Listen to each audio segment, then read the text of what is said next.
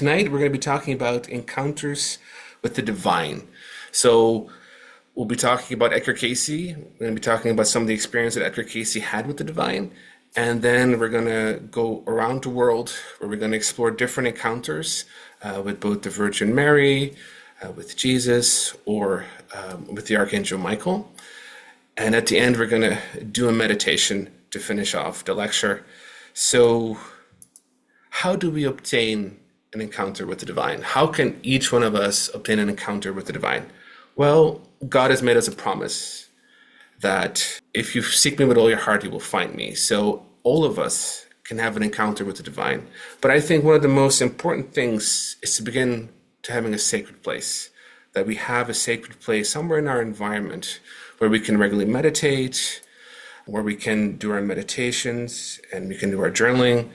And I call it the you and God spot. So find your sacred place. It can be in nature.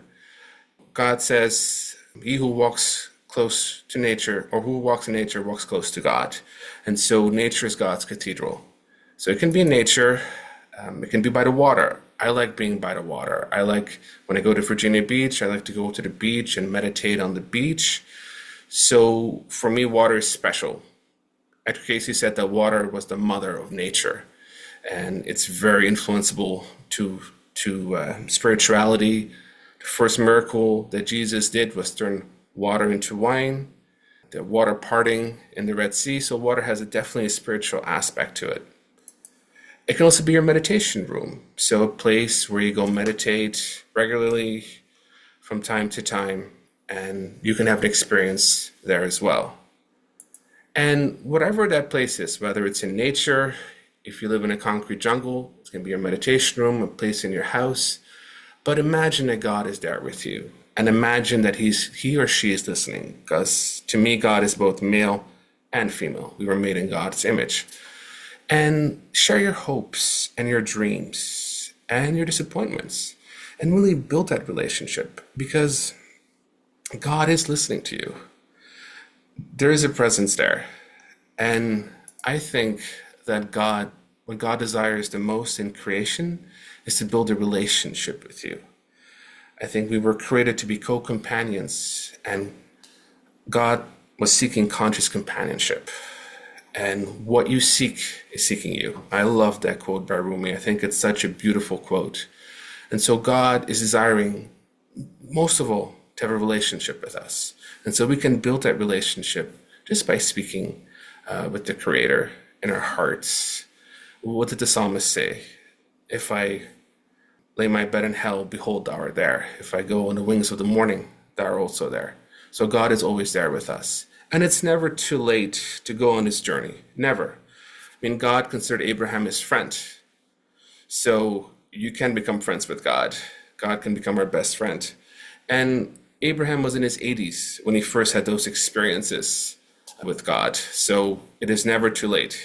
Even if you're 100 years old, it's never too late to build that relationship with God. Don't wait till you're dead.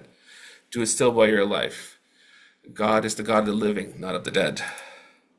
So Edgar Cayce had a sacred place, him and God place.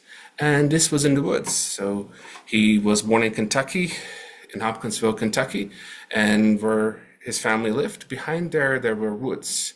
And he would go there, and he actually got a Bible. He got his dad to buy a Bible for him. This is where he would read the Bible. So he would have a place in the woods where he would read his Bible hour after hour. Like, he was a special child. Like, well, while most kids were just playing, Edgar was reading his Bible. And one day, he looked up to see a woman standing before him in the bright sunshine. And at first, he thought it was his mother. But when she spoke, her voice was like music. And he could see shadows shaped like wings on her back. And that was Edgar Cayce's first encounter with the divine. An angel appeared to him as he was reading his Bible. And the angel said to Edgar, "Your prayers have been heard. Tell me what you would like most of all so that I may give it to you." Edgar was scared. Anyone who's had an experience like that, it's scary initially. But he managed to reply, "Most of all, I would like to be helpful to others, and especially to children when they are sick. And I think that is the beginning of Edgar Cayce's being able to help so many people. That's the beginning of him having capability of giving readings. And if you look at the readings, they're fantastic. But when it's a reading for a child, it's almost up to a next level. And I think that was partly because of this prayer that he asked from the angel. Now, Edgar Cayce was a terrible student. Like, even though he was a big reader of the Bible, he wasn't the best student. And he was doing poorly in school. And so the teacher came to Edgar Cayce's dad, and he said to him, Edgar is not doing well in school. He has especially problems with his spelling. His spelling isn't very good. And so his dad took Edgar Cayce, and after supper, he said to him, okay, we're going to study tonight. You're going to sit over there. I'm going to have the spelling book, and you're going to tell me exactly how to spell certain words. And Edgar had the hardest of time. And this was back in the old days where we still had corporal punishment. And so his dad was not always the nicest guy. And Edgar struggled, and especially with the word cabin. And so they went at it for a couple of hours, and his dad was getting really frustrated. Edgar was getting a little bit frustrated. And then he heard the voice of the angel again. The angel that appeared to him earlier came again to him. And the angel said, if you can sleep a little, we can help you. And so Edgar said, okay, Dad, give me 5 minutes. Just let me take a short nap for 5 minutes, and then we can start again. And his dad said, okay, fine. And he let him sleep for 5 minutes. And Edgar Cayce actually slept on the book. And he woke up, and his dad came back, and Edgar Cayce knew how to spell every word in that spelling book. And he knew how to spell cabin. He knew how to spell the word after cabin. He would say to his dad, Dad, if you look to page 23, I know how to spell every single word. He would see the entire book in his mind. And that's when his dad got really angry, because his dad thought that he knew it all along with just playing with him. And so then he got really frustrated. But that's sort of like the first psychic ability that kind of came with the vision of the angel, being able to sleep on a book and know all the information in the book, being able to see the book, like having a photographic memory of the book. Now, I know some of us have tried the same thing. I've tried that. I had a physics exam, and I slept the day before on the book, and I didn't remember anything from the book. Well, what I studied, but not like Edgar had. So I just got a sore neck from it. But that sort of doesn't work for everyone, but I think it worked for Edgar because the angel came through and helped him with that. And he had that ability for the rest of his life. For the rest of his life, he could read, he could fall asleep on a book, and he would know the book by heart. So Edgar Cayce started giving readings, and this was the couch upon which he gave readings. So he would lay himself down, and he would bring himself into a self-induced trance, and then he was able to give the reading. I'm just going to stop my share here for 1 second, because what we did is we hired a Hollywood production company to show how Edgar Cayce gave a reading, and I want to make sure that I'm sharing my sound here. Okay, so I have my sound here. So we hired a Hollywood production company, and this is what came through. When Mr. Cayce gave readings was an evolving process. If he was giving a live reading, his head would be aligned towards the north. If he was giving other types of readings, his head would be aligned to the east. But Mr. Cayce would always start the reading with a prayer. It was his attunement process, the foundation of the reading. And it corresponded to Jesus' teachings, which said, love the Lord your God with all your heart, mind, and soul, and your neighbor as yourself. The first is attunement. The second is service. Once the prayer was completed, he would loosen his jacket and take it off.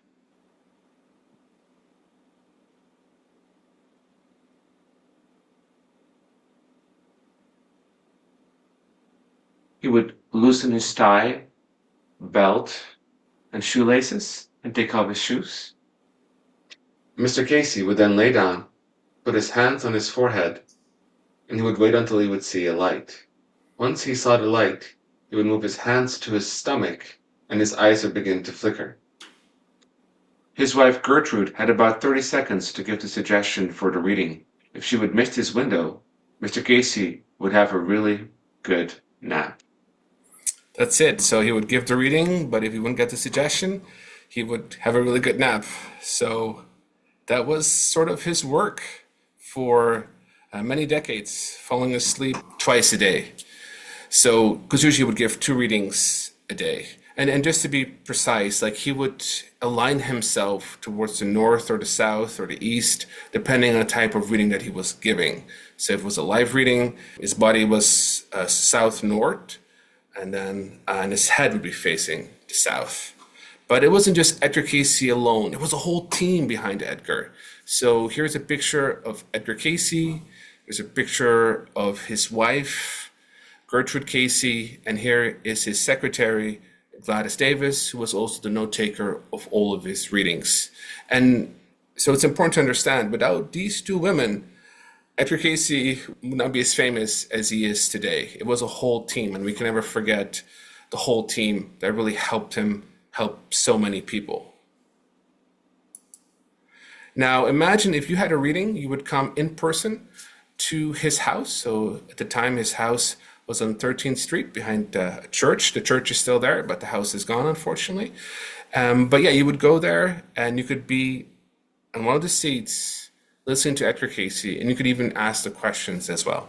And this is a photo taken from February 22nd, 1940, and it was taken by a reading recipient. So this reading recipient went there, got the reading, and afterwards she snipped a picture of Edgar Cayce, his wife Gertrude, and then his son Yulin is behind it.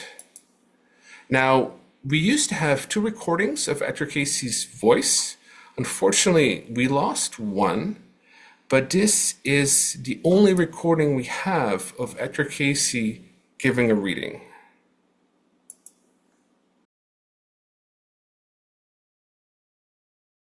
Rub alcohol, add 2 ounces of witch hazel, 2 ounces of Russian white oil, 1 ounce of tincture of benzoin, 1/4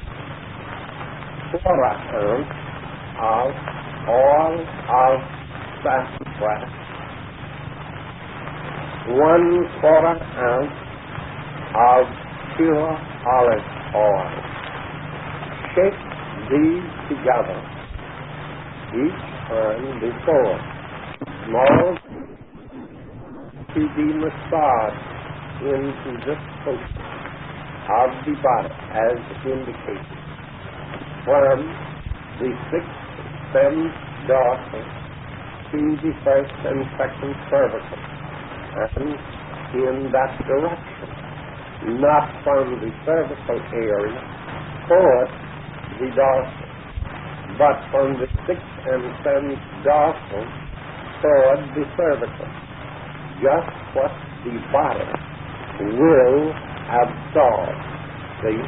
That is the only recording we have of Edgar Cayce giving a reading. Now, one thing you heard in the reading, you heard him say, just what the body will absorb, see? And he would say that very often. He would give a reading and then he would say, or he would talk for a bit and he would say, see? And one time Yulin was there and he said the same thing, see? And Yulin said, yes, yes, yes, I see.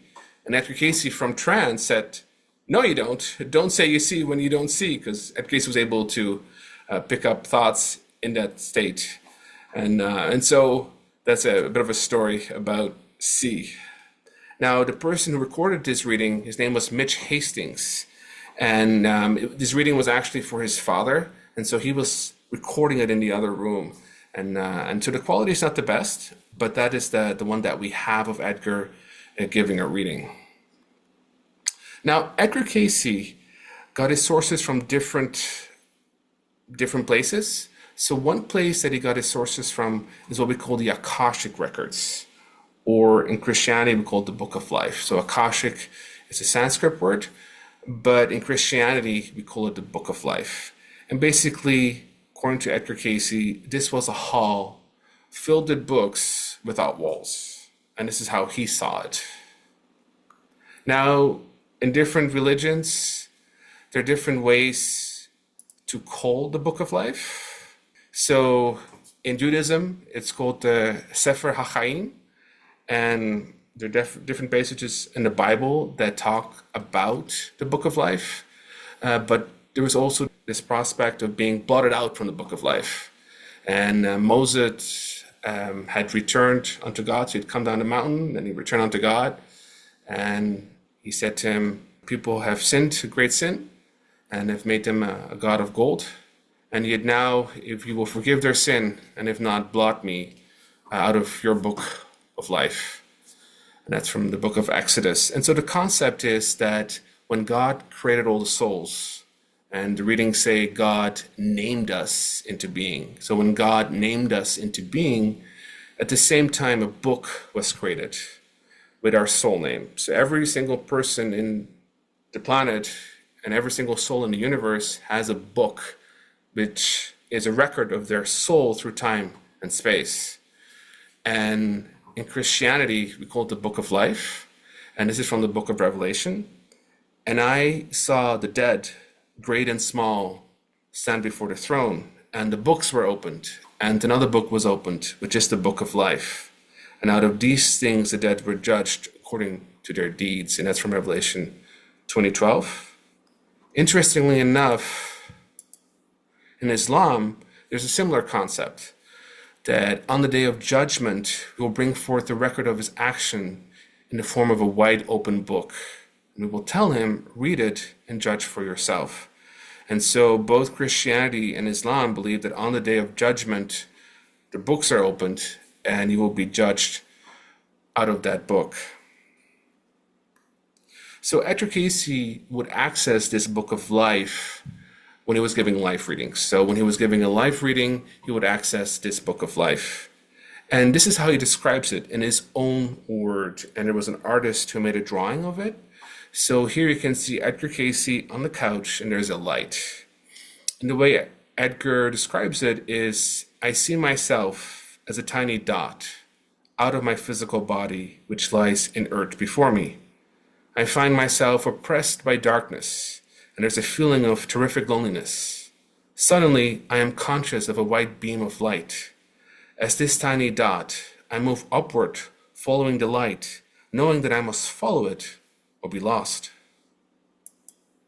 As I move along this path of light, I gradually become conscious of various levels upon which there is movement. Upon the first level, there are vague, horrible shapes, grotesque forms, such as one sees in nightmares. Passing on, there begin to appear on either side misshapen forms of human beings with some part of the body magnified. I realized that the forms of movement or figures were taking shape as humans, but rather the exaggeration of human desires. Again, there is a change, and I become conscious of gray-hooded forms moving downward. Gradually, these become lighter in color. The direction changes, and these forms move upward, and the color of the robes grow rapidly lighter. And so he is starting out of his body, and he's going through the first realms, and now he's going up a little bit higher. Next, there begin to appear on either side vague outlines of houses, walls, trees, but everything is motionless. As I pass on, there is more light and movement in what appear to be normal cities and towns. With the growth of movement, I become conscious of sounds at first, indistinct rumblings, then music, laughter, and singing of birds. There is more and more light. The colors become very beautiful, and there is the sound of wonderful music.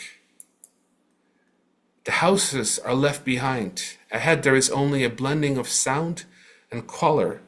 Quite suddenly I come upon a hall of records, It is a hall without walls, without ceiling, but I'm conscious of seeing an old man who hands me a large book, a record of the individual for whom I seek information. And Edgar would share that this keeper of the records would take a book for the person that he was giving the reading for and then show Edgar exactly what to read in the book. So he would show him a passage, and sometimes he would also cover other parts that Edgar wasn't supposed to see or read. And this is part of Edgar's philosophy, or the reading's philosophy, to maximize the virtues and minimize the faults. And in the readings that came a lot through, the readings would always try to maximize the virtues. Now, this is a drawing, the full drawing of Edgar Cayce's voyage through the Akashic record. He's leaving his body here. There's a light. He's going through the lower dimensions. And then finally, he comes to the higher dimensions with the cities and the music. And all of a sudden, he comes to the Hall of Records. And there is the keeper of the records. So here is Edgar Cayce, the keeper of the records. And these are the states of consciousness, or the levels in between him reaching the keeper of the records. Now, the keeper of the records would change. So these were angelical beings that watched over the Akashic records. So sometimes he would get a different person who would show him the record of the person that he was supposed to read. Now, different people had live readings. And as he was doing all these live readings, this is what he said. He said, don't ever think that your life isn't being written in the book of life. I found it. I have seen it. It is being written. You are the writer. As to how close it's going to be to your Savior and to your God, you alone can answer. You alone. It is our own soul development. It is up to us to answer. And that's what he said in February 1934. He saw it being written. So all of us right now are writing in our book of life. And it's our feelings, our thoughts, our actions. And I think that's one of the reasons why Edgar said thoughts are things, because they are being written in the book of life. So many people had readings. Like Teresa said at the beginning, I've interviewed quite a few. The case I'd like to talk to you about today is a woman named Julia Chandler. And she was called the Sky Lady. And she literally had the highest job in the world. So she was the supervisor of the observation floor in the Empire State Building, which at the time was the largest building in the world. So back in the 1930s, it was the Empire State Building that was the highest building in the world, and she was supervising the observation deck at the very top. So she literally had the highest job in the world. And she got a live reading, and in the live reading, she was told that she had been Judy, and she had been in a scene, and she had been a female leader of the Essenes, and she had been the teacher and mentor of Jesus. So she actually taught Jesus. She sent him to different places. So she would actually send him to Persia, to India to be taught, and then he would come back. And so she was his primary teacher. Now, during that reading, Edgar Cayce said that he had the most powerful experience of his life. And he would even go on to say, even of lifetimes. And he said that he'd taken the journey to the Akashic records, and he was about to come back. So he took a step out of the record chamber, and then he said the master appeared. And the master took his arm and said, brother, I'll walk a piece with you. And so the master, Jesus, guided Edgar Cayce all the way down to his body. And Edgar says, thus he came with me all the way back to the gates of consciousness. And the path we trod was not just this tiny thread of light which usually guided me back, but a broad, brilliantly lighted pathway leading through realms of indescribable beauty where heavenly strains of music filled the air. So he didn't go back through all these lower dimensions. he went back through a pathway of beautiful realms. And I'm sure they had a really good discussion. And the experience was so powerful that when Edgar came back to consciousness, the first thing he did is he went to approach this woman who had been Judy, and he went to kiss the hem of her dress. And she was so embarrassed. Julia Chandler was so embarrassed. She was like, "Why are you kissing the hem of my dress?" And Edgar, he literally had tears, and he said, "Because you just gave me the most amazing experience of my life." And so his journey from the Akashic record with Jesus and them having conversations was the most amazing experience of his life. Now, this is not the only time when Jesus appeared in the Edgar Cayce readings. Jesus actually appeared several times in the Edgar Cayce readings. There was a reading given in 1929 where they were giving a reading for what at the time was the Board of Governors for the Association of National Investigators. And during that reading, the Master comes through. So Jesus comes through, and Edgar Cayce is channeling Jesus. And I cut off the beginning, but basically here Jesus is saying an idea may be beautiful, may be wonderful, but without the background of an ideal, becomes as but a sounding brass or as the gourd without water. In these things, then, let each be mindful of that place, that niche, that purport each is to fill, and fill that with all of the power, might, strength that lies within that body. So cooperate with other individuals, working in their individual capacities, that the whole purport may be as one, even as the Father and I are one in you. I speak not of myself, but that ye may know the truth, even as delivered in the day when I walked among men and became known as the Son of Man, and the Savior of a benighted race. Hear, my brethren, you are come again to fulfill in this place a glorious principle, a glorious article of work among the sons of men. Let each then, in that power that may be gained, in the association of the forces as manifest through each, become one in purpose. And so when Jesus said he was the Savior of a benighted race, it's not a good thing. Benighted means overtaken by darkness or night. So that's what he meant when he said he was the Savior of a benighted race. Now, there are other times as well when Jesus comes through again. So someone here asked for a reading, and this woman asked, "May I receive at this time a message from the Master?" And boom, right away, Jesus comes through and says, "Come, my daughter, my sister, in choosing me as I have chosen you, there comes that beauty of oneness in knowing the way that brings to others peace, joy, happiness, in doing his will. For he that seeks to do his will may in me have that peace, that joy, that understanding, that gives to each in their respective spheres their needs, their desires. As their desires are in me, be faithful then, even as thou art faithful then." And so here, Jesus is coming through and gives a message, a beautiful message to this woman. But he wouldn't always answer. Someone asked in a different reading, "Might I secure at this time a message from the Master Jesus?" And Edgar, in this case, says, this should come from self. Open the door. This is the concept of the open door, that Jesus stands at the door of our consciousness. And basically here the reading is encouraging this person to apply yourself in daily service, tune yourself to the Christ consciousness, and then you can have a message for yourself. Now, the Archangel Michael also came through Edgar Cayce. So it wasn't just Jesus. The Archangel Michael came in as well. And Edgar Cayce called the Archangel Michael the Lord of the Way.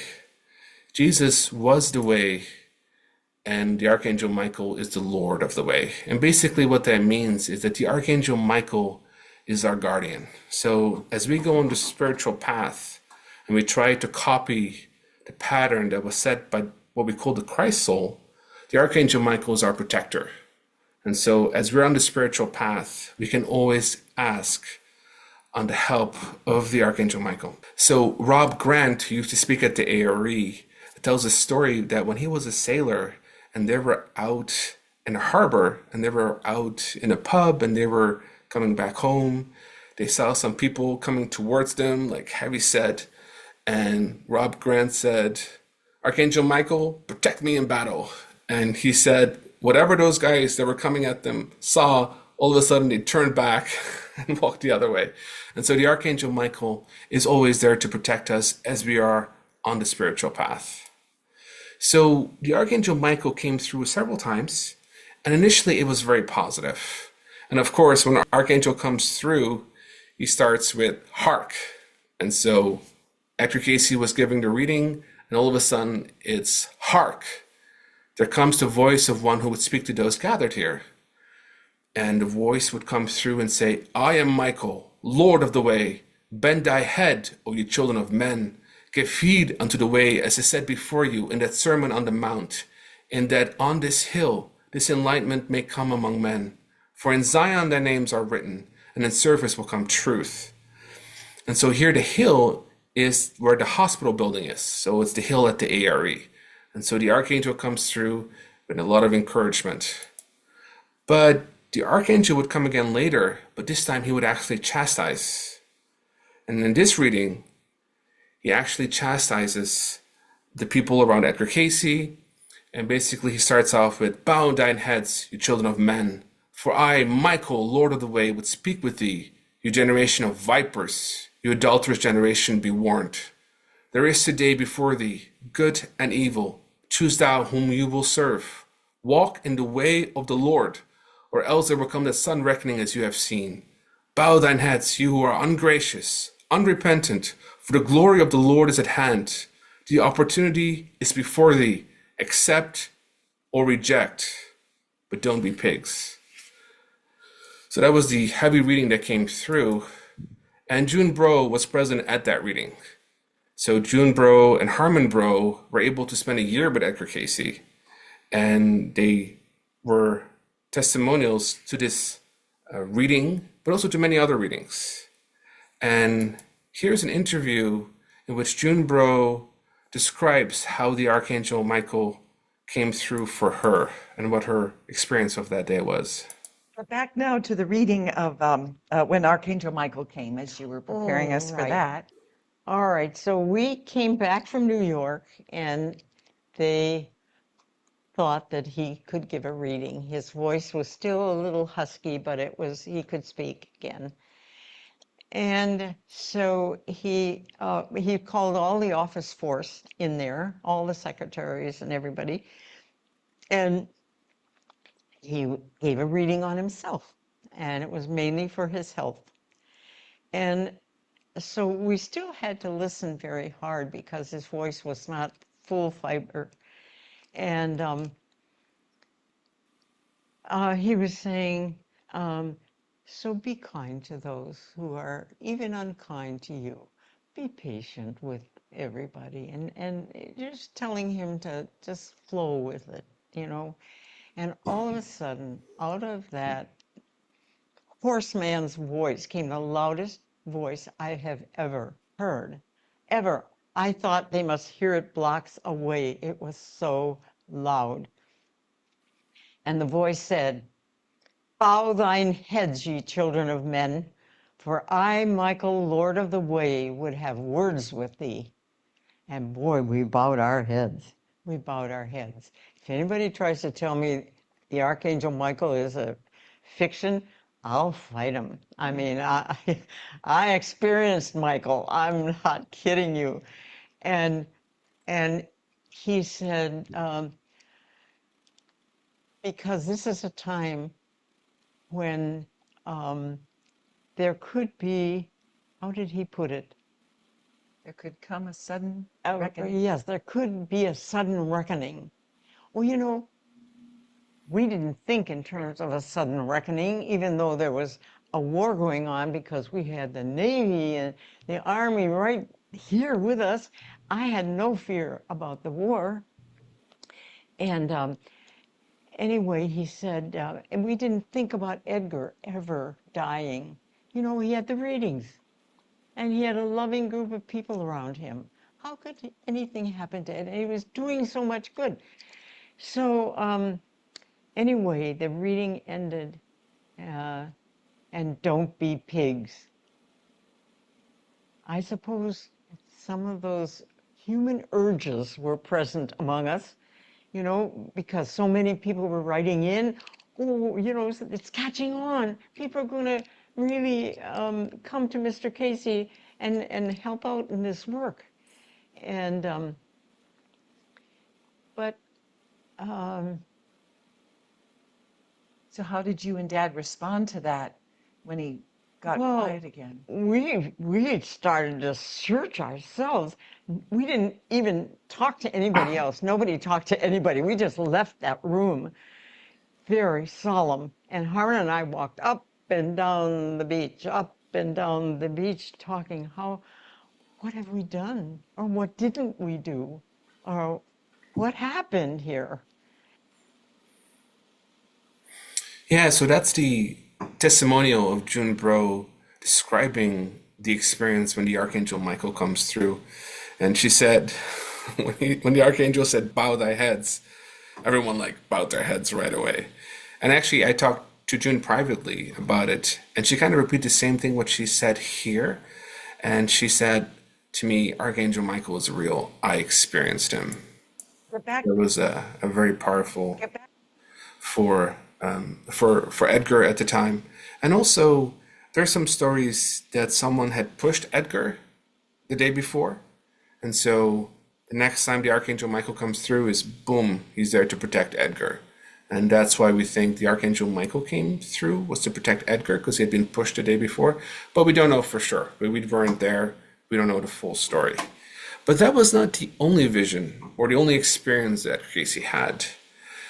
In this experience, he was actually working in his garden. So they had a beautiful house on 13th Street. And behind the house, Edgar had a garden. He loved the garden. And actually, his fruit and his vegetables were the biggest in Virginia Beach. Like, they would do like fairs, and his vegetables were the biggest. And he would talk to his fruit, he would talk to his vegetables. And so here he was in his garden at work, when he said he heard a noise, like the noise of a swarm of bees. And he looked to see where they were, and when he saw that the noise came from a chariot in the air with 4 white horses and driver. He did not see the face of the driver, and this lasted only a few minutes. So imagine, like, he is outside on his garden, and all of a sudden he sees this vision of a chariot with 4 white horses. And then he said, I was trying to persuade myself this was not true, and it was only my imagination, when I heard a voice saying, look behind you. And he looked and beheld a man in armor, with a shield, a helmet, a knee guard, but no weapon of any kind. And his countenance was like the light, and the armor as silver or aluminum. And he raised his hand and salute and said, the chariot of the Lord and the horsemen thereof. And then he disappeared. And Edgar said he was he was really weak, but not from fright, but awe and wonder. And it was a most beautiful experience, and he was hoping he would get more. Well, they actually did a reading on this. Edgar had this vision, and then he asked the source, what did this vision mean? And so the question here is, interpret the conscious experience which Edgar Cayce recently had of seeing a chariot and man in armor. And the answer was, this vision, this interpretation, these are emblems, these are figures in the experience of the entity. If there are not those encouragements from thy friend, if there's not a kind word or a smile, thou dost indeed feel that something is amiss, something is awry. So how will then those that have named the name, those that would know the Lord, smile for what else in creation can? And he went on to say, in the experience, there is shown that there's not only the whole armor of the Lord as a defense, but the chariot of the Lord that would take wings upon time to show, to make thee know that his promise abides. Be faithful through those periods of oppression, as well as those spirits that would soon come when the material things of life would be splentus in thine experience. But keep the whole armor of the Lord, that ye may stand even as he in the day, when temptation of every nature, when trials of every sort come upon thee and thy fellow man. So this vision was an encouragement for Edgar. Continue on giving readings and helping people. So those are some of the experiences that Edgar Cayce had. And we're now going to go to other people's experiences. So we're going to go across the world and we're going to look at experiences that people had. And so my first question to folks here is, can anyone tell me the country which had the most recorded experiences? And I'm not talking about ancient Israel, I'm talking modern-wise. So from the year 2000 on, or from the year 1000. But yeah, France. So the country that had the most visions was actually France. France, they had the most recorded experiences with the divine. And we're going to start off our journey here in a town called Lourdes, or Lourdes. I like to say it the French way, Lourdes. So it starts off with a young girl named Bernadette Soubirous. And she was age 14. And she was out gathering firewood with her sister and a friend near the grotto. And that's when she experienced her first vision. And in her own words, these are her words, I came back towards the grotto and started taking off my stockings. I had hardly taken off the first stocking when I heard a sound like a gust of wind. Then I turned my head towards the meadow. I saw the trees quite still. I went on taking off my stockings. I heard the same sound again. As I raised my head to look at the grotto, I saw a lady dressed in white, wearing a white dress, a blue girdle and a yellow rose on each foot, the same color as the chains of her rosary. The beads of the rosary were white, and from the niche, or rather dark a clove behind it, came a dazzling light. And so that was her first experience with the Virgin Mary appearing in this grotto. And there were 18 experiences in total, and the lady would come. And at one of the experiences, the lady told Bernadette to start digging into the ground. And so she started digging into the ground, and as she was digging, water started to boil up, and that was from a spring that she found there. Now, Bernadette was amazed by these experiences, and she went back and to tell her family about it, and her mom did not believe her. Her mom did not believe her and wanted her to say it was a lie. That expression of a prophet is never appreciated in their own hometown. What was the only place Jesus could not heal? It was in Nazareth, because people were like, isn't that guy the carpenter that installed my stairs? How can he heal me? So a prophet is never appreciated in their own hometown. And here her mom didn't believe her, and she wanted her to recant because they were getting all these attention, people were coming, but she kept true to her word, and she eventually became a nun. And she did die young. She died at age 35, but in her first apparition, she said the Virgin Mary told her that I will not bring your happiness in this life, but in the next. And so she did become a saint, and that was really how Lourdes got started. And so if you go there today, this is the grotto, and in front of here are the baths as well, where the healing waters are. And we have over 7,000 cases of healings reported at Lourdes since the apparition, and 72 so far have been recognized as miraculous by the church. And when I say that, that means they have been investigated with doctors. So doctors came, they looked at the files before and afterwards, and they said, okay, this is a real story of a miracle and of a healing. And interestingly enough, 80% of those cures are recognized to happen to women. So for some reason, women being more spiritual, but more women were being healed than men. So this is one case of the healings at Lourdes. So this is a woman named Antonietta Racco from Italy. And she said she went to Lourdes in 2009, she had ALS, and so there is no cure for ALS, unfortunately. And she said after taking the baths at Lourdes, in the pools, she said she had a complete and lasting recovery. And so in 2009, she came in a wheelchair. In 2019, she was able to walk there. And so that's one of the 72 cases recognized of healing by a whole bunch of doctors who are, some of them are believers and some of them are non-believers.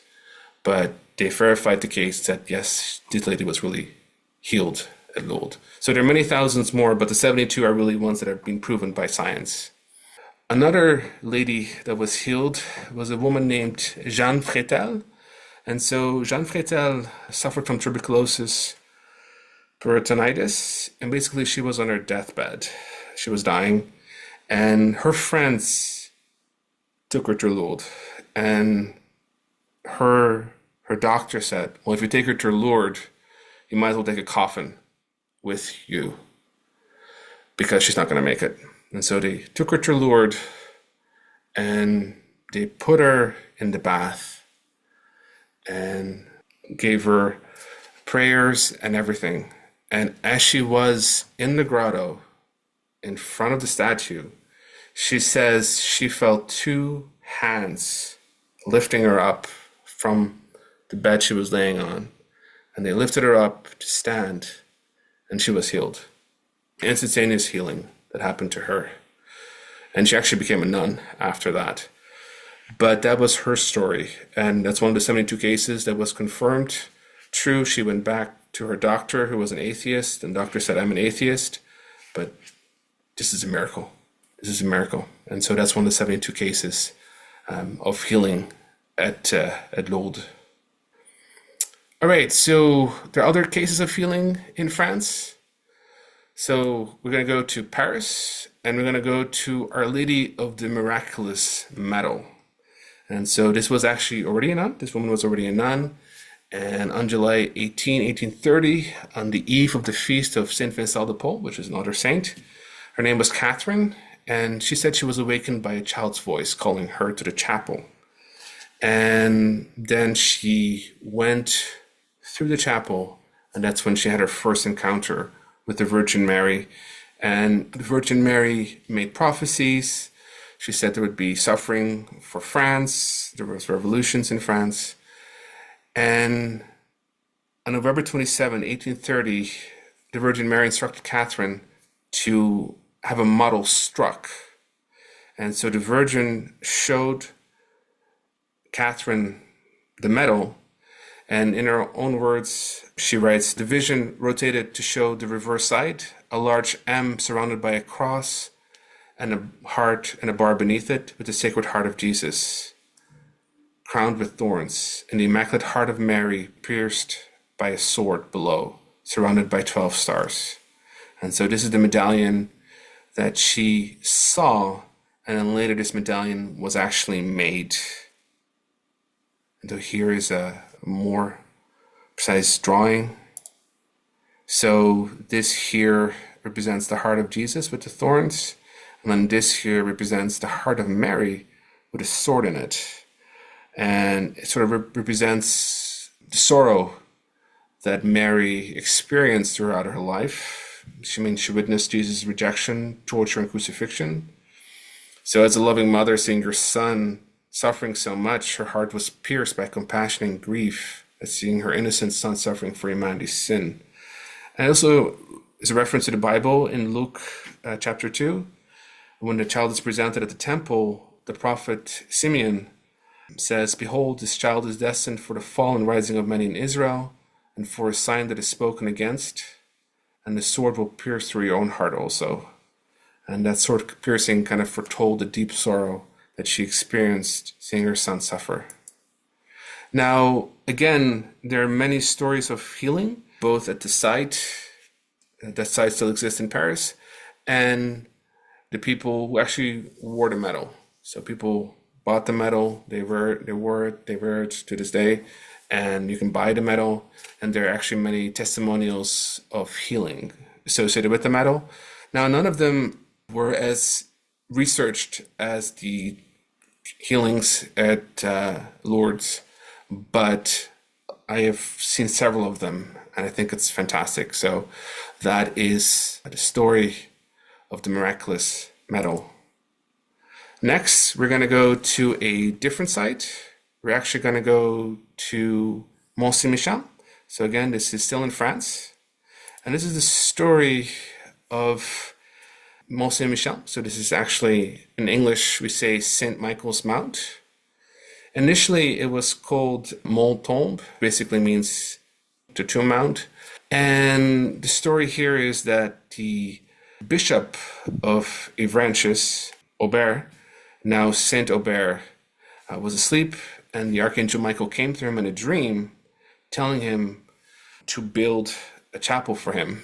And he came first in the first dream, and Saint Aubert ignored him. He came a second time, ignored him. And then the third time, according to legend, he actually poked Saint Aubert on the head, and then Saint Aubert started making the chapel. And then over the centuries, this chapel has expanded to a full structure. So they've been working at it for centuries. And it is on an island. You can see it's also like a fortress. And it's in a very strategic location in France. And it became a stronghold and never got captured during conflict. So in all of its history, it never got captured.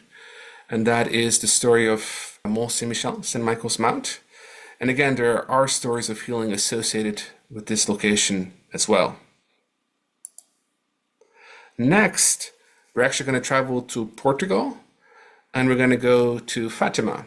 So Fatima was a location in Portugal, and in Fatima there were 3 shepherd children, Lucia dos Santos and her cousins Francisco and Jacinta Marto, and they reported 3 apparitions of an angel. And then starting on the 13th of May 1917, there were 6 apparitions of the Virgin Mary. And the children described her as a lady more brilliant than the sun. And the children reported prophecy that prayer would lead to an end to the Great War. And then on the 13th of October that year, the lady would reveal her identity and perform a miracle so that all may believe. So they had the first experience on the 13th of May. Lucia was so excited, she shared it with her mom, with her family, and her mom thought it was not true. Her mom thought it wasn't true. Again, a prophetess not being appreciated in their own hometown. And so her mom really wanted her to recant. And she went to the priest, and she said to her, now tell the priest it's all a lie. And Lucia couldn't do it. So Lucia, only at 10 years old, she was able to stand her ground and say, no, this really happened. This is the truth. And then the news got out, and more people were interested in the story, and there were more believers coming. And then on the 13th of August, 1917, the provincial administrator said, okay, I'm going to bring your kids to the vision place. But instead of taking them to the vision place, he actually put them into custody, and he actually put them into jail. And he threatened the children with violence unless they told the secrets and that it wasn't true. And again, the children refused to break, and they kept to their word.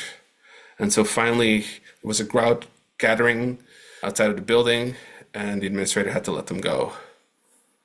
And then, so there was this expectation that on the October 13th, there would be a miracle. And we call this the miracle of the sun. And basically, thousands upon thousands of people came to Fatima that day. And they were waiting for the miracle. And it was raining, and they were waiting in the cold rain.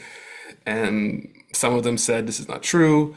It's already past the time. Let's leave. But there were literally tens of thousands of people there. And the Virgin Mary appeared. The children saw it. And there was a message with each apparition. But the miracle that the people experienced, they said the sun then began to spin, twirling in the sky, and at one point appeared to veer towards the earth before jumping back to its place in the sky. And tens of thousands of people saw this at Fatima. The people who said, I didn't see anything, but there were tens of thousands of people that experienced this vision. And this is a picture that was taken of that day, and you can see all the people looking up and seeing the sun moving and it's called the Miracle of the Sun. And the message that came through that day to the children was, I am the Lady of the Rosary. I have come to warn the faithful to amend their lives and ask for pardon for their sins. They must not offend Our Lady anymore, for he is already too grievous offended by the sins of man. People must say the Rosary. Let them continue saying it every day. I would like a chapel built here in my honor.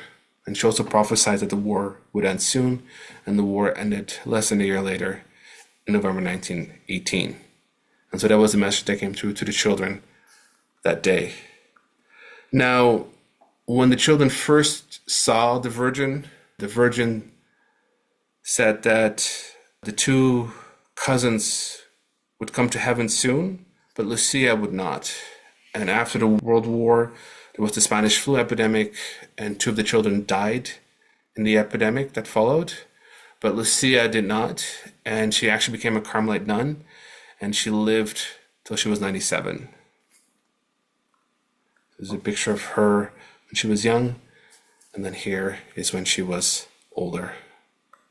Now, again, there are many, many healing stories from Fatima. So just between 1926 and 1937, there were over 15,000 cases of sicknesses that were cured during that time. So again, it's like a powerful center of healing. And that's kind of like a common theme with these apparitions, that after the apparition is over, even during the apparition, there's healing. And also afterwards, there's more healing as well.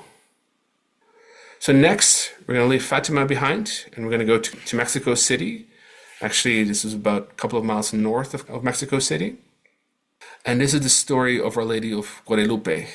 And this was in the 1500s. It was during the Spanish conquest of Mexico, and some of the Mexicans were converting to Catholicism, but a lot of them were not. And this is the story of a man named Juan Diego. So he was a native man, and he was walking from his village to attend Mass.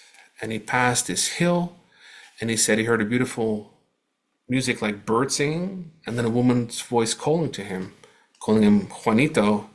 And he said this radiant young woman appeared amid a glowing cloud, and she was dressed like an Aztec princess.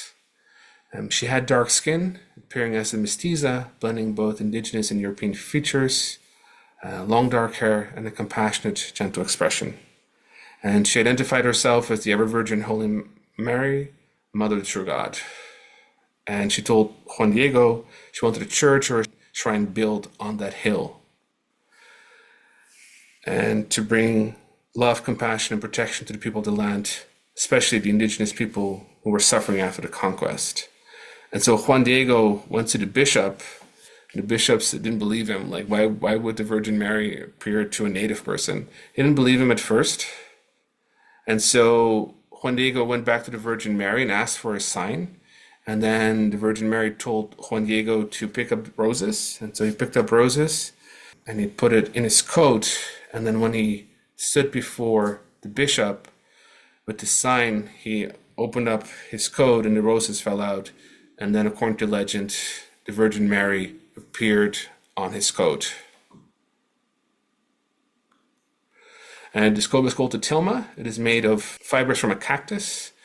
And today it's preserved in the Basilica of Our Lady of Guadalupe in Mexico City. So it's made of cactus fibers, and those fibers should have decayed in 20, 30 years. So actually they have done, like a century ago, they had made copies of this. So they had a tilma, and they made paintings on it. And after 20 to 30 years, they disintegrated. But the tilma of Our Lady of Guadalupe, after 500 years, is still looking like that. And so they've done scientific studies on the tilma.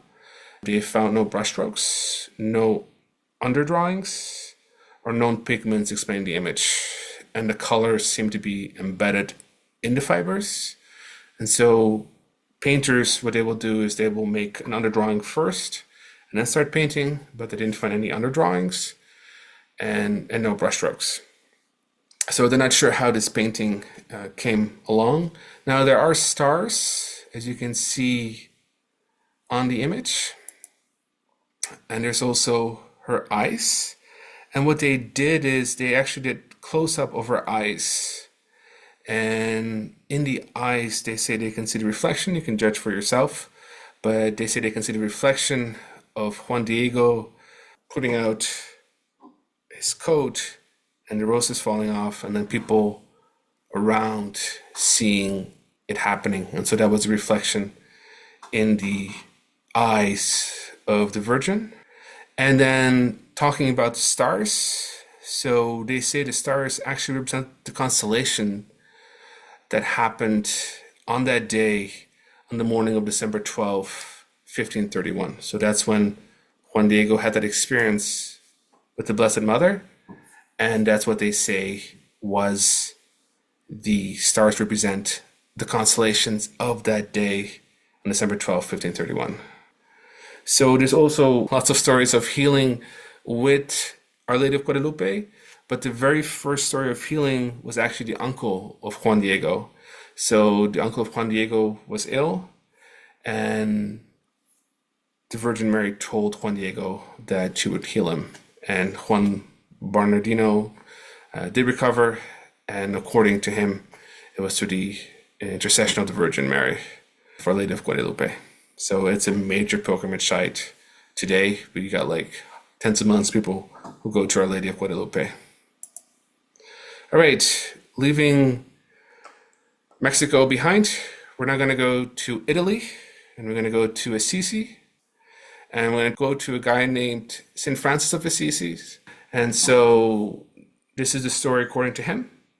So he was praying in a little chapel just outside of Assisi, and the church was in ruin, and he was praying, and he said there was a voice coming from the crucifix in which he was praying, and he heard a voice, and it said, "Francis, go and repair my house, which as you see is falling into ruin."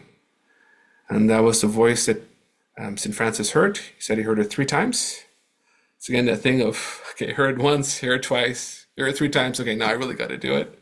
So the crucifix in front of which he had been praying still exists. So they call it the Saint Damien cross, and it actually hangs in the basilica there. So it exists to this day. And so initially St. Francis kind of thought took it literally, and he started to repair the chapel. He was gathering stones. His father was a rich merchant, so he was actually selling some of his father's good to raise money to repair the church, and his dad got really angry with him, and he famously did a renunciation of inheritance. But over time, St. Francis came to understand that the house of church wasn't just this one building, it was the church in general. And so the call was to renew the church through poverty, simplicity, humility, preaching the gospel, and living in imitation of Christ. And so that was the founder of the Franciscan order. Okay, and now we're going to go to a town in Africa. It is called Kibeho. It's in Rwanda. And there was, again, apparitions of the Virgin Mary. So this happened in Kibeho. So it's a small village in southwestern Rwanda. And it started in 1981. And the Virgin Mary appeared primarily to 3 teenage girls at a Catholic boarding school. And she came through with urgent messages of repentance, prayer, conversion, and warning about future violence if humanity did not change.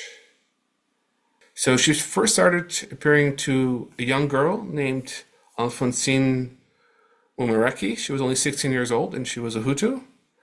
And she said she heard a beautiful voice calling her name, "My child." And she said she saw a radiant young woman of indescribable beauty floating above the floor in a seamless white dress with a blue veil, barefoot. And the lady identified herself as the mother of the Word. And Alphonsine said she was overwhelmed with love and peace during these encounters. And Our Lady spoke gently at first, and then also gave warnings as well. So Alphonsine had this experience. She goes, tells everyone about it. People don't believe her.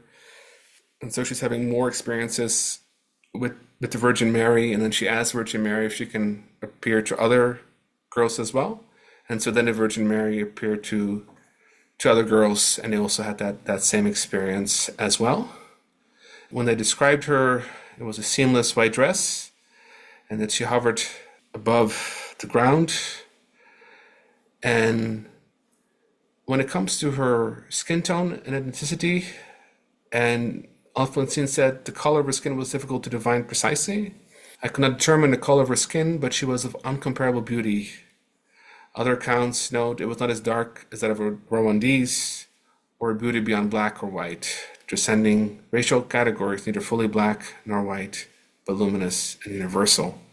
Now, as part of her experiences, the young women saw terrifying scenes. They saw rivers of blood flowing through the land. They saw people killing each other brutally. Corpses were being abandoned. And the Virgin Mary gave a warning to these three girls. And she said, if hearts did not change, she would describe Rwanda becoming a river of blood and descending into chaos. And she said the messages were not just for Rwanda, but for the whole world. And so we know what happened in the 1990s. There was a Rwandan genocide when 1 million Tutsis were killed. And unfortunately, one of the girls was also killed in that genocide. So the Virgin Mary here came to give warning. Unfortunately, that warning was not heeded, and the genocide did happen. But she said what happened in Rwanda, the Virgin Mary said, could happen to the whole world as well, unless we repent and return to God. Again, there are numerous stories of healing at Our Lady of Kibeho. So there is a shrine there. Women come there, say they were infertile, they become fertile. There are stories of healing, miracles. So that's a major shrine in Africa. All right, so we've gone through a lot of stories, starting from Edgar Cayce to all over the world. And then the question is, how can we obtain an encounter with the divine? So I think it's our birthright, in all humility, to have an experience with God. We were created as co-companions. And I think first we have to have a sacred place and a routine of meditation. So Edgar Cayce would read his Bible the whole time, pray. He recommends that we pray at 2 a.m., but have that routine of having a sacred place. Another thing too is to be sincere. So Edgar Cayce said that sincerity is the keynote of a soul. Our sincerity is the keynote of a soul. And then he keeps on saying, who is truly sincere? 1 in a million. And I also feel like we have to purify our bodies too. This is the temple of the living God, and so we have to do some sort of purification. We also need to have faith. Faith in God, faith in Jesus, and in the Holy Mother. And here's an important one. I think it helps if we had past lives with either Jesus or Mary. So when Edgar Cayce gave that reading for Judy, who had been the teacher of Jesus, boom, Jesus comes through and he has this amazing experience. So I think if you had a past life with either Jesus or Mary, I think that helps a lot too, but not necessarily. Another one that's really important is to become like children. Like we get kind of lost in the world, we become more like the world, and we forget that we should become more like children. Now, talking more about the readings, so Edgar Cayce would read the Bible every day, and he would read the Bible from cover to cover for every year of his life. And I think that's why there's so many thous in the readings. But he would quote the Bible all the time. And he would quote verses from the Bible. And I don't think anyone can tell me this. Maybe Paul can. But what is the most quoted Bible verse in the readings? Well, actually, it is 2 Timothy 2:15. Study to show thyself approved unto God, a workman that need not to be ashamed, rightly dividing the word of truth. And that's 2 Timothy 2:15. And so basically what that means is that as we go through life, we show ourselves approved unto God. Like God is always watching us, always with us. Jesus says, pray to the Lord in secret, and he will answer you in secret. He will see you in secret. And so that passage was quoted in the reading 638 times. And so there's a newsflash. God is always watching us. And you can pretend he's not. Like, you can pretend that he or she is not. You can live in the illusion. But God is always, always with us. And then continue on, like, we have to become more like children. And as we grow older, things start to change us. And I love this little comic that goes, what do you miss? I miss the way I viewed the world before I knew too much about it. It's when we lose our innocence, when we become more of the way of the world. So here's a reading about a daily prayer. And the reading says, they're looking for an affirmation. And the reading says, though I come in humbleness and have something against my brother, my prayer and my meditation does not rise to thee. So if you go into meditation, but you hate this one guy, this one politician, or this one leader that you cannot stand, your meditation does not fully rise to God. And the reason behind that is that we're all part of God. So even this politician that you don't like, he is a part of God. So if I have a hand, and this hand represents the oneness of all of us, if I'm over here and I cannot stand this politician, well, he's part of the same hand. And if I go to war with this person, I'm actually fighting against myself. So from that sense, we should have unconditional love towards everyone, and shifting from I can't stand this person to I have compassion for this person. This person is a great teacher for me because he's teaching me compassion. And then it's the concept of hating the sin but loving the sinner. Another thing too is the open door. And this is from the book of Revelation. Behold, I stand at the door and knock. And if any man hears my voice and open the door, I will come into him and will sup with him and he with me. That's from the book of Revelation. And here again, the Archangel Michael comes through. So they're going, please give a meditation for the lessons on the open door. And boom, Archangel Michael comes through. As the Father knoweth me, so I may know the Father. Through the Christ Spirit, the door to the kingdom of the Father.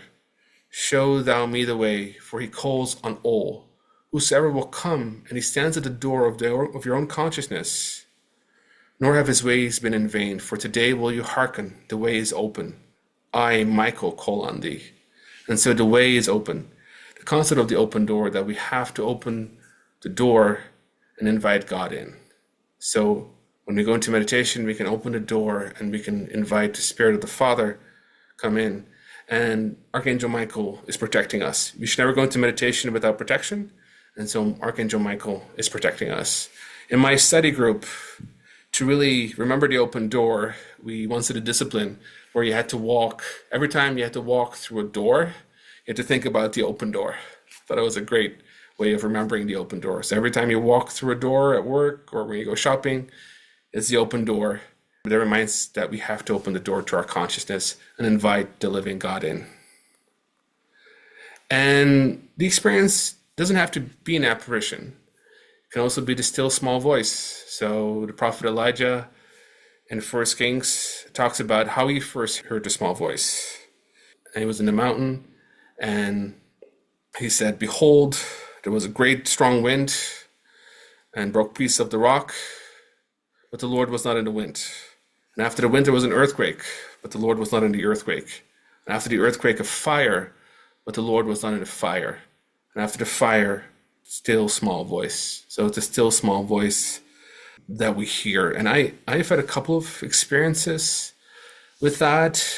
And I would say all my most powerful experience that I have experienced, I was usually in a state of opening the door, purification, and then also being in a state of compassion, and compassion of unconditional love for all beings. And I've had some amazing experiences using those tools. So some shameless self-promotion here. DARE is doing a tour of France, and it's called the Pilgrimage to France's Sacred Heart, and we're going to go to Lourdes. We're going to go to different places where the Virgin Mary appeared.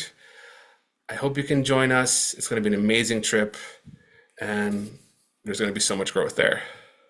And it's going to be July 31st to August 8th, I think. And that's done by the ARE. I'd love for you to come. We're going to have an amazing, amazing trip. So if there are any questions or any comments, feel free to ask any questions or comments that you might have. This was really well done, Jon. And thank you for sharing it with us. Yeah. Yeah, Alice has a question. Thank you. It was fabulous, Jon. It was absolutely, very touching, very deep, very beautiful. So I don't have words to express my feelings, but what I wanted to add, both for Lourdes, Bernadette Soubirous, and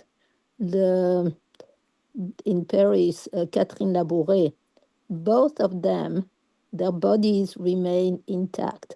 So they can be seen. They are both in a crystal casket, and they are intact. Their bodies have not been decomposed. So we talk about miracles, but at least in these cases, they have been studied, exhumed, and everything, and they are intact. So anyway. And in France, there are also other places with apparitions in the southeast. A lot of myths and stories about the Marys, Sainte Marie de la Mer, and all these areas. So I hope you do other trips to France to explore that, this additional. You can do everything this time, but I hope you go again and explore these other areas that are absolutely fabulous. So thank you again. Thank you. Elise is from France, originally from France, so she would know. Yeah. So anyway, and Mont Saint-Michel is really something spectacular. 500 years to build that thing or more. So anyway. Thank you. Thank you.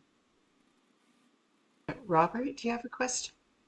Hi, Jon, you did great using those pictures and all those stories to depict the information. So I commend you for that because I'm very visual learning that way. So that was excellent. I do have a question with a slide you used that I'm very familiar with. The slide that talked about Cayce seeing himself as a light. Yeah. And he was going through those various levels of the grotesque figures and all. I'm very familiar with that part. My question is this. At the end of it, at the top, you had the Akashic records as the top source. That was above the houses and everything else. My question is, do those levels represent the different levels of development through reincarnation levels? Does that mean that the Akashic records are the one just above us? That's a great question. So to me, those are dimensions on the other side. And so the grotesque forms that we saw, that Edgar initially saw, I think those were souls' desires had run amok. So they would eat too much, and so they would become disfigured. Those human desires stayed with them.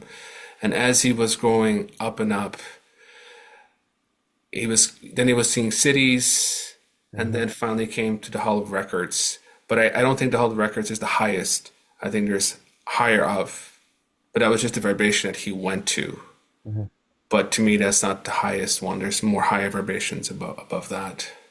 So how high above us in terms of our level of development are the records, or is that dependent upon our individual level of being able to hit that level of consciousness? Because all of us are different. Yeah, I mean, I think the Akashic records are always accessible to us. And if anyone has a near-death experience, they're going to the Akashic records when they have their life review. The life review comes from the Akashic records. So I do think it's attainable. And the nice thing about, the not so nice thing about Earth is that it's like a school in the old days where you had grade 1 and grade 8 in the same classroom. Mm-hmm. And some of us are like at grade 1, some of us are at grade 8. We can reach the Akashic record every day of our lives. And some of us are still learning. So yeah, I do think it's accessible to us. Thank you. Yeah. Thanks. Raymond? Oh, thank you very much, John. That was excellent and so beautifully illustrated as well. I have a comment and then a question, and my comment relates to Rwanda. I come from Africa, so I have had the opportunity to visit Rwanda on a medical lecturing thing. And in the capital of Rwanda, they have a museum that depicts all the atrocities and genocide that happened. And a colleague of mine and I, after visiting there, we came out and we were just in tears. Tears. I mean, it was like floodgates had opened. And the curator came to console us, and he said, if he had only listened, this would not have happened. Now, I didn't know, I thought then if he had listened to God or whatever it is, I think your story then now connects what you just related about Rwanda, and it really brought me, I felt very emotional about it all. So thank you for that.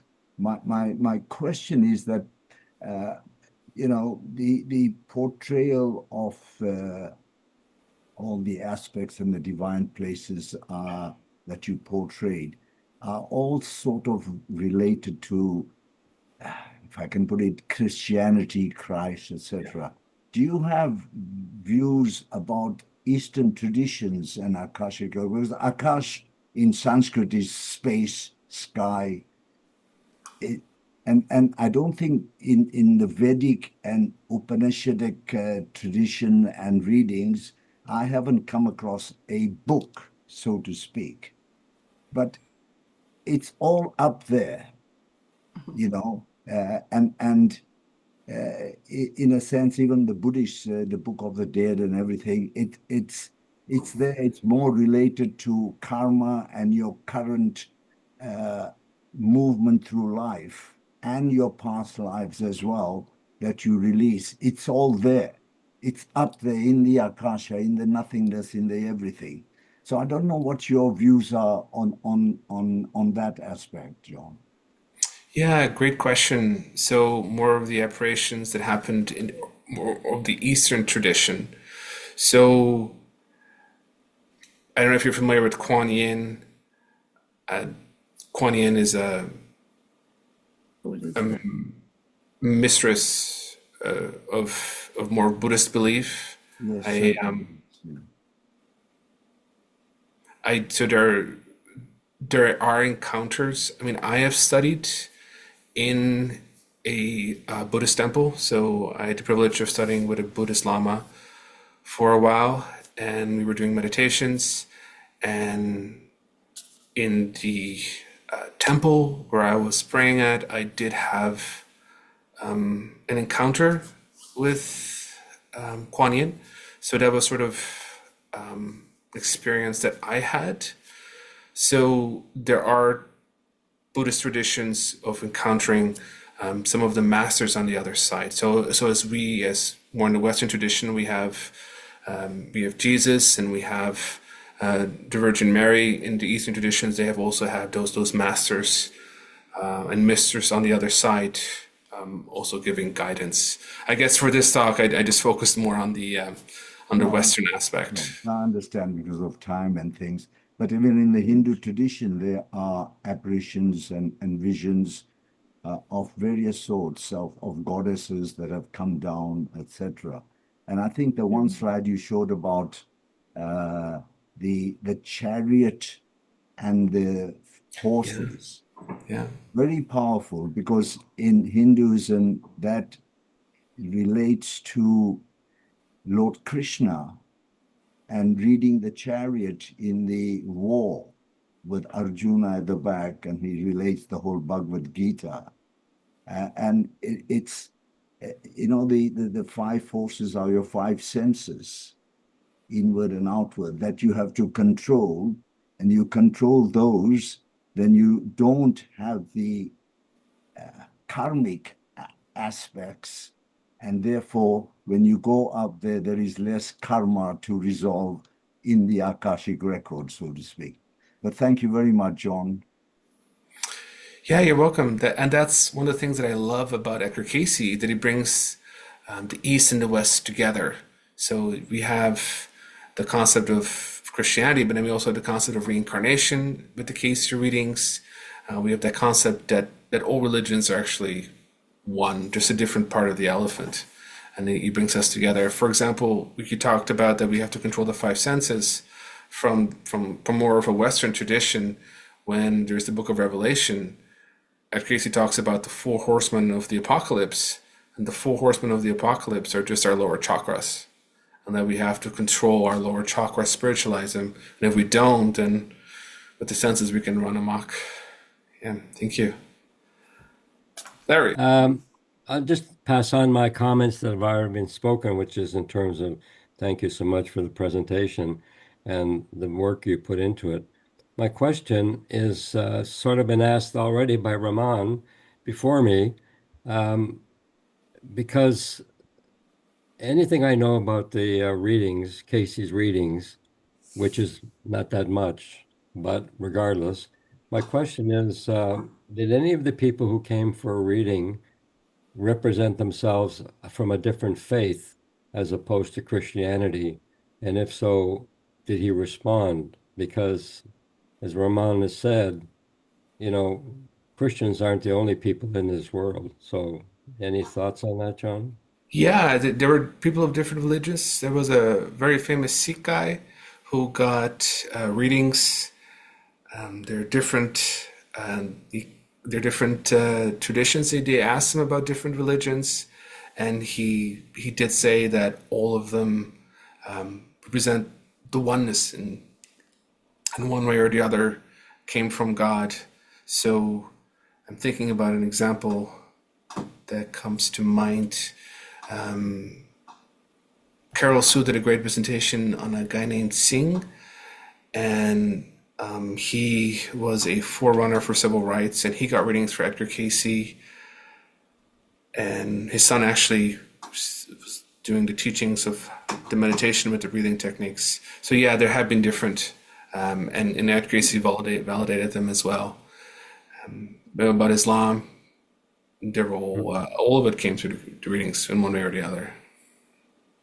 Okay. I guess in this presentation, I mostly focus more on the Western tradition as opposed on the Eastern tradition. Yeah.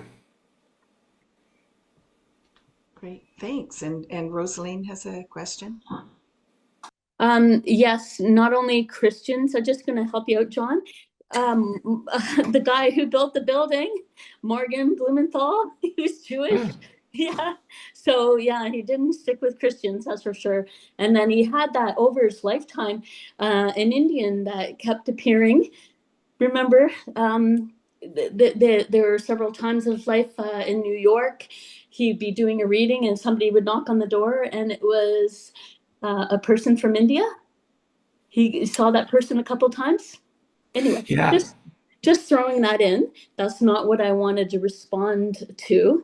I wanted to say that this tonight was very uplifting for me, and I really loved it because I've listened to Ingo Swann's book about Marian apparitions all over the world, and Kevin Tedeschi has spoke about Marian appearances all over the world, and this is like when a person maybe is not feeling so great, you listen to these things in the world that are happening that are a little bit better, you feel a little bit better. So I really thought it was good. What you did was good, and I'm glad I came tonight. And throwing it out there, hey, Teresa, I don't think I'm on the email list anymore because I'm not getting these little emails about these nights. But wonderful night tonight. Thank you, everybody. Thank you, I'll Rosaline. put you back on. Okay. Oh, and one more thing. I just want to say, Jon, I'm hoping you do this next year because this is too short notice for me to do it this year because I not studied, but I learned about Lourdes more in detail in the last couple of years and different things that were happening in France. So I would love to go, if not this year, I can't this year, but next year or the year after. I hope that it continues. Just saying that as well. Thank you. Yeah, me too. Me too. And the story that you talked about, so Edgar Cayce talked about having this guide who had a turban, and it was a guy from India who had a turban, and he was one of Edgar Cayce's guides, and he was there to help Edgar Cayce out when he was tempted. And there's this story that Edgar Cayce was in New York giving readings, and then this famous actress for which he had given a reading invited him to come to her hotel room. And he wasn't sure what that was about, but he thought about going. And then the man with the turban came and said, "Don't do it." So he didn't. So he was there to help Edgar along the way. Okay, great, thanks. There are some questions in the chat. Sure. I'll read them out for you if you like. John, have you heard of the Eucharistic miracles? Look up books by Bob and Penny Lord. Fantastic information. They also have a book called Marian Apparitions. Okay, cool. I'll look that up. Yeah. Yeah. Okay. And the Eucharistic miracles? I am vaguely familiar with it. Yes. There are more stories I could have put in here. Sure, but right. Okay, another question is, do you have a paper version of the Lord's Prayer with the chakras? yes, we do. And I know the ARE has them too as well. Like I'm not sure if we have it on our website. Okay. So maybe if people wanted to email me, we could send them a PDF of that? Sure, yeah. Yeah. It's called the Chakra Man or the Chakra Woman or the Chakra Person. Yeah. Okay, and I'm registrar at edgarcayce.ca if anyone has questions. Let me see. And a lot of thank yous. Okay, did you do any research on the Marian sightings in, I don't know how to pronounce that. I think that's in Yugoslavia. I think Yeah, I'm okay. talking about the one in Yugoslavia. Yes, beautiful. Those are amazing. Those keep on going today. So there's a group of 6 children who had sightings of the Virgin Mary in this place in Croatia, and there are many stories of healings. I wasn't sure if I would have time to cover it tonight, but that one is a very powerful one, and they keep on going to this day. So the 6 children who are now grown up, and there's actually a beautiful story of healing of a woman who never went there, but she said the Virgin Mary appeared to her and healed her without her even asking. She would always pray, but she would never pray for herself. And then she said one day the Virgin Mary appeared to her and said, "Why don't you ask for yourself?" And then it was one of those instantaneous cures. She was cured of a very disease that was very, I think it was Parkinson or no, multiple sclerosis. She was healed of multiple sclerosis. So yeah, those are very powerful stories too. You can look them up online. Mm-hmm. Okay. Sorry. Okay, if our name is written on the book of life, we have many lives and many names. Please explain. Great question. So I believe that we all have a soul name. So like in this life, I'm Jon Shatat, but I think I have a soul name, a soul that God gave to me when he created me or created all of us. And I don't know what that soul name is, but I think we all have a soul name. And that's a name that is under which, if you're in the Hall of Records, you have a book, a couple of hundred books with my soul name on there. So I think we have a soul name, and then we have the names that we have in these lives. Blumenthal, that was one who asked many questions, wasn't it? Blumenthal. Yeah, a lot of Jewish people got readings too. A lot of Jewish people. Yeah. Yeah. Okay.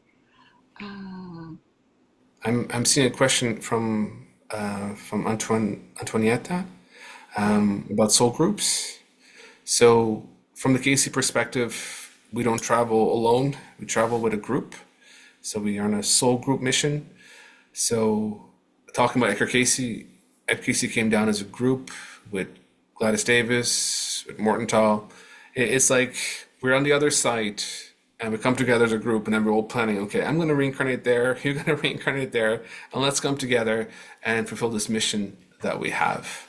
And very often we have done this in past lives. So from the Cayce perspective, Ed Cayce, the people that were helping him had been with him in past lives. And so that's the concept of soul groups, that even as individuals, we don't flourish by ourselves, and we come together as groups. So that's sort of like our soul group on the other side. And when Edgar Cayce got guidance from different souls, that is, example, the person in the turban, did he hear it from different voices or just see it? So Edgar said he actually saw the man with the turban. So he actually manifested himself and saw. But then again, Edgar was pretty psychic. So I mean, there's this one story where Edgar Cayce is giving a Sunday lecture, and his dad was at the lecture, comes to him afterwards, said, great lecture, but there weren't too many people there, unfortunately. And Edgar said, are you kidding? It was standing room only. And Edgar said he saw the dead coming in, filling all the chairs, and it was packed with dead people. So he could see dead people. He was very psychic. We think he only gave readings in psychic then, but in a waking state, he was very psychic. Right. Okay. Have there been any sightings of Mary in Canada? That's a great question.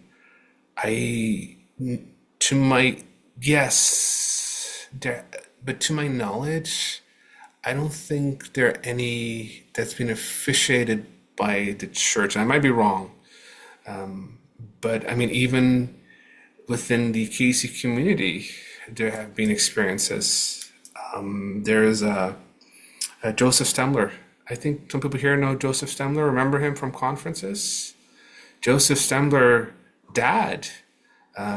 He wore crutches. He had crutches, and Joseph remembers being a young kid, and like his dad had like more than two legs because he was on crutches, and Joseph told me the story of his dad going to Saint-Anne-de-Beaupré in Quebec City, and he came with his crutches, and he actually left his crutches behind. He got an instantaneous healing there as well. And so yeah, there have been miracles and sightings as well. But I'm not sure if any of them have been like totally officiated by the church or not. Dieter has a question. Hi. It's not really a question, but you've been talking a lot about healings. And I just thought it might be worth recalling that you and I were once paired in a healing workshop at one of the Kingston conferences. And I had a bad fall a while before in which I had cracked two ribs. The ribs are not relevant in this story, but my wrist was still hurting. And after you laid your hands on me, the wrist was no longer hurting. So I thought I would pass that on. Thank you. I didn't pay him to say that. Did Cayce show us how to heal ourselves or help others heal? Yeah, absolutely. And, in some way, that's kind of like going from the Aquarian age, or going from the age of Pisces to the Aquarian age, is that when Jesus walked the world, like he would cure people. And then in the Aquarian age, it's Cayce telling you how to heal yourself. So yes, he showed us how to heal ourselves, individual reading. So if you have an ailment that you need help with, what I would always recommend, search the readings, find the case that is the closest to you, and see what he says about that, and if there's anything that you can apply, and always consult with a medical professional first. But yeah, there are different ways to heal yourself. Cayce talked about that whenever we feel disease, that sometimes it comes from neglect, and so we shouldn't neglect our bodies. So do the castor oil packs, keep physically active, meditate. Absolutely. He did. Great. Yeah, lots of information in the chat. Kathy's saying that Chimeo in New Mexico is a healing chapel. It's called the Lourdes of America. Yeah, I've been to quite a few shrines in the U.S. There's quite a few shrines that, well, whenever I take a trip, I always try to visit the Catholic shrines. Yeah. Okay. Okay, how are they doing with the sound there? You are muted, it says. Okay, It should be you guys, working now. you guys hear me? Hear you. Yeah. Yeah. See, everybody needs a 16-year-old. They can figure out the computers. Yeah. John, awesome. I just said it's a wonderful way to start the weekend. Thank you, thank you. I live for this stuff when I move, when we can make it.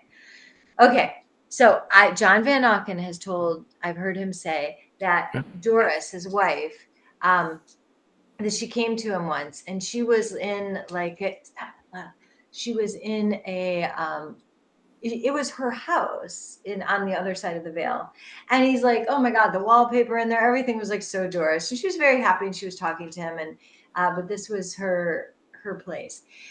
When Cayce was ascending to the Akashic, was in that final layer where it was like almost like cities and stuff like that.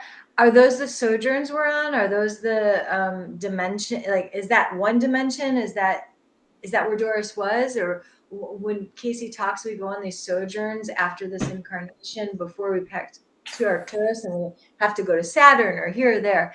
Is that layer? Yeah, I think so. So if we go, sorry, let me just go back to the drawing here. So let me share my screen. Yeah, so these states here, as he was growing up, he was coming to the cities and the people. I think that's where most of us go to. Most of us go to on the other side. Now, I do believe, like when I studied with the Buddhist Lama, he was telling me about the Buddhist afterlife, and I think there's a different dimension there. I have studied with like Native elders in Canada, and they have different dimensions on the other side. So I do think there are different dimensions on the other side, kind of depending on your belief system. But I would say, yeah, Doris would be somewhere around here in one of those cities.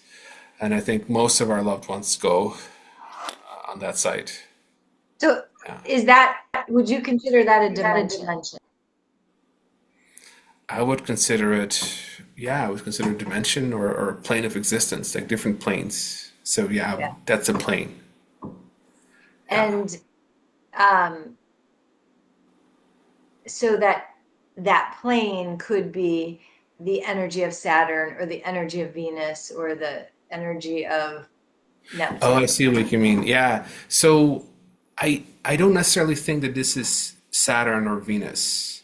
I think you're on this plane and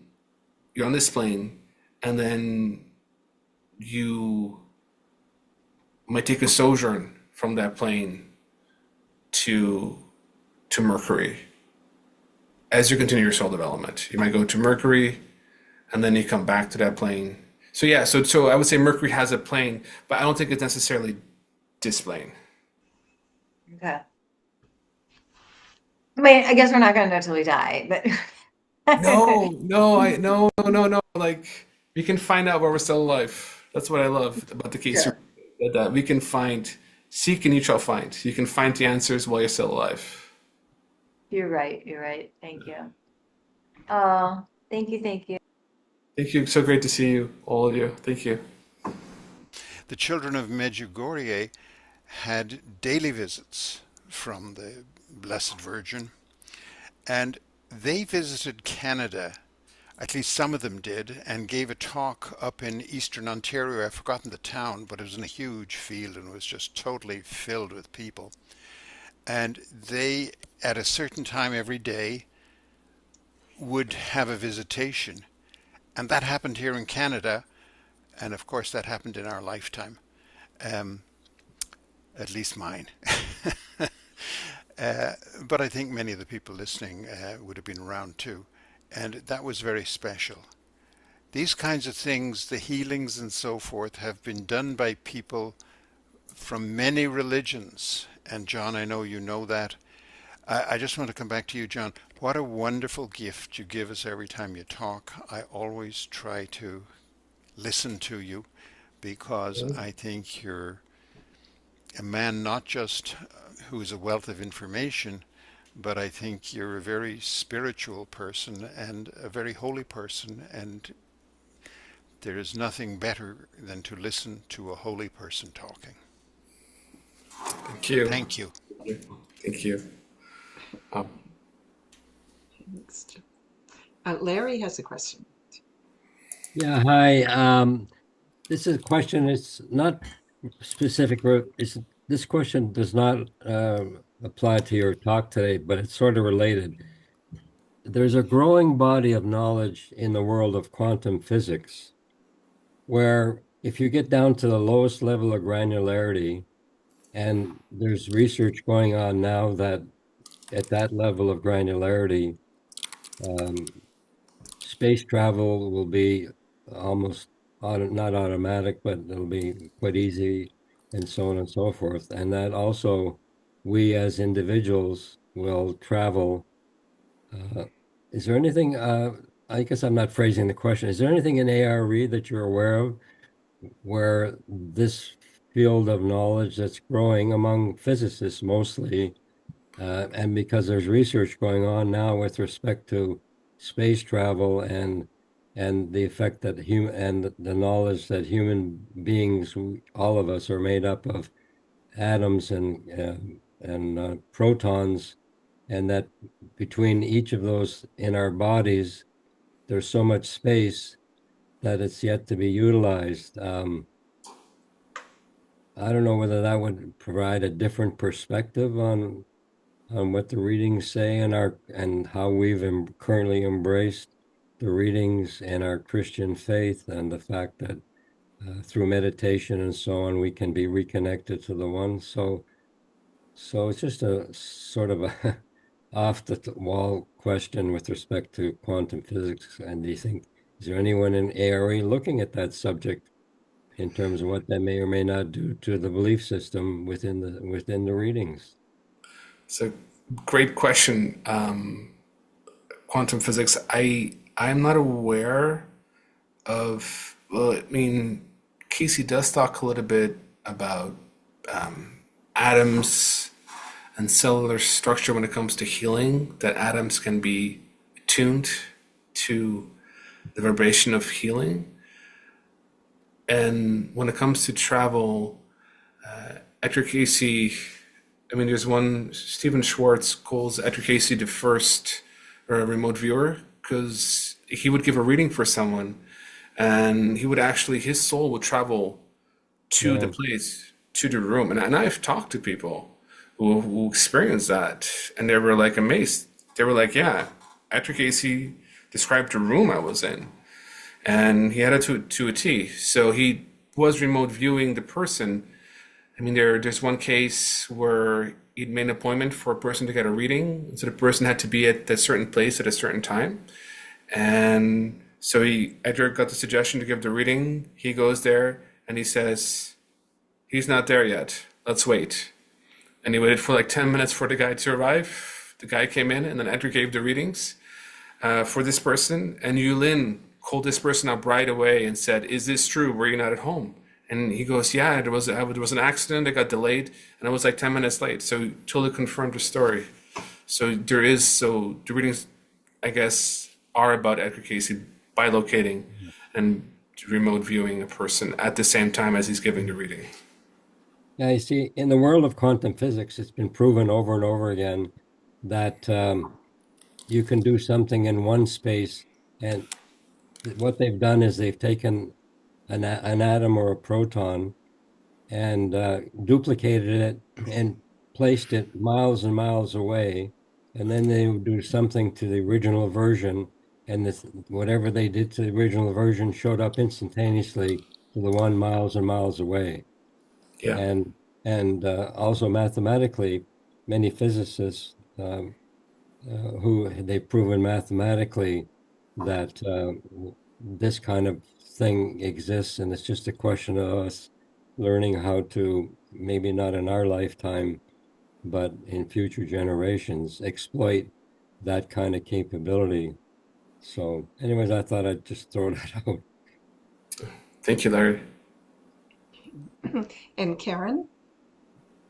Yes, thank you, John, so much for all that you shared and this beauty of this call. I just wanted to just comment on that grace, that jumps the gap, and then we're just all in that fireworks of divine love where it just happens. Like when you mentioned Kuan Yin, it just reminded me of when you least expect it, your answers come. And not only Joseph's father, because Joseph's father had a dream, and they lived near Listowel. Like, this is remote. They were on a farm in Hessen, and his little country church raised the money for him to take, a train from Kitchener. This was back in the time of horse and buggy. So he took the horse and buggy to Kitchener, got the train, and if you've ever been to St. Anne de Beaupré, the train stops right there at the church, and that's where he had his healing. And when you go in there, they have these columns, and when you go in now, like when we first started, there was these old crutches and things, but now there's these things that in case that people will use in chemotherapy, those types of things where they've been healed. And it just reminded me of another one when you were talking about Medica, Georgia. His brother went as a chaperone to his nephew, and he had since birth he couldn't hear out of this one ear. And while he said there was thousands of people there, and it was the last night, and they weren't even going to go, but they went. And he said during that talk, because it wasn't even in English, and he said he could started rubbing his ear, and he said all of a sudden he knew what the priests were saying. And he had a healing in this ear that he could hear. And they also had bought this Mary statue, and the flesh on the statue, the hands turned to flesh, and it was just something that whole group beheld, and these are things that they just happen, and then we get to behold the miracle. And that reminded me that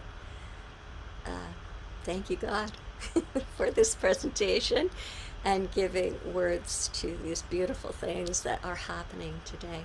So thank you. Thank you, Karen. For those who didn't get it yet, so Karen is actually married to Joseph Stemler. The story I told about his dad getting healed, that's actually Karen's husband. So she was adding to that. Great. Okay, Dieter? Just following up on the question on physics and Edgar Cayce, and I thought I just might mention there's a place called the Pari Center in Italy, which covers kind of the interface between science and I don't know what you call it, metaphysics, consciousness. I'll put it in the chat, the name of that place. You can Google it. They have frequent webinars and presentations, some of which are free. Right now, there's a series called Fringe Physics, which deals with kind of the interface between physics and, I suppose you could say, God. Anyway, I thought I'd mention it in case anybody might be interested. Thank you. Great, thank you. And Chris, you have a question? Yes, thank you, John. It was a very good presentation.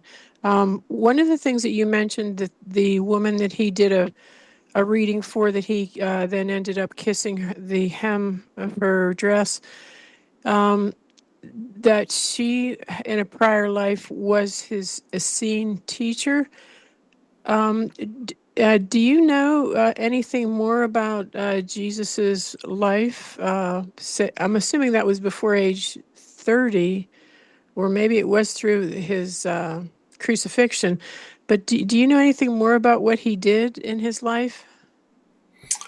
Oh, to get ready for it?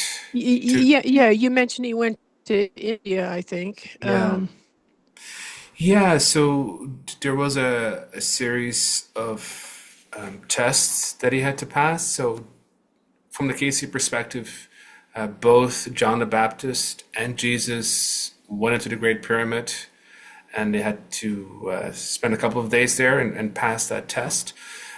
So there was a whole bunch of preparation. It's not like all of a sudden Jesus comes and he is the savior of the world. They taught him how to meditate with the chakras. They taught him, from the Cayce perspective, they taught him a lot of things. So when Cayce says, when Jesus says, and Jesus is always on the go, like he always has all this energy, and the apostles have a hard time keeping up with him. And they're like, oh, Jesus, slow down a little bit. And then Jesus says, I have of the meat that you do not have. And according to Cayce, what he meant by that, because of the way he was meditating with the chakras, he had more energy than they did.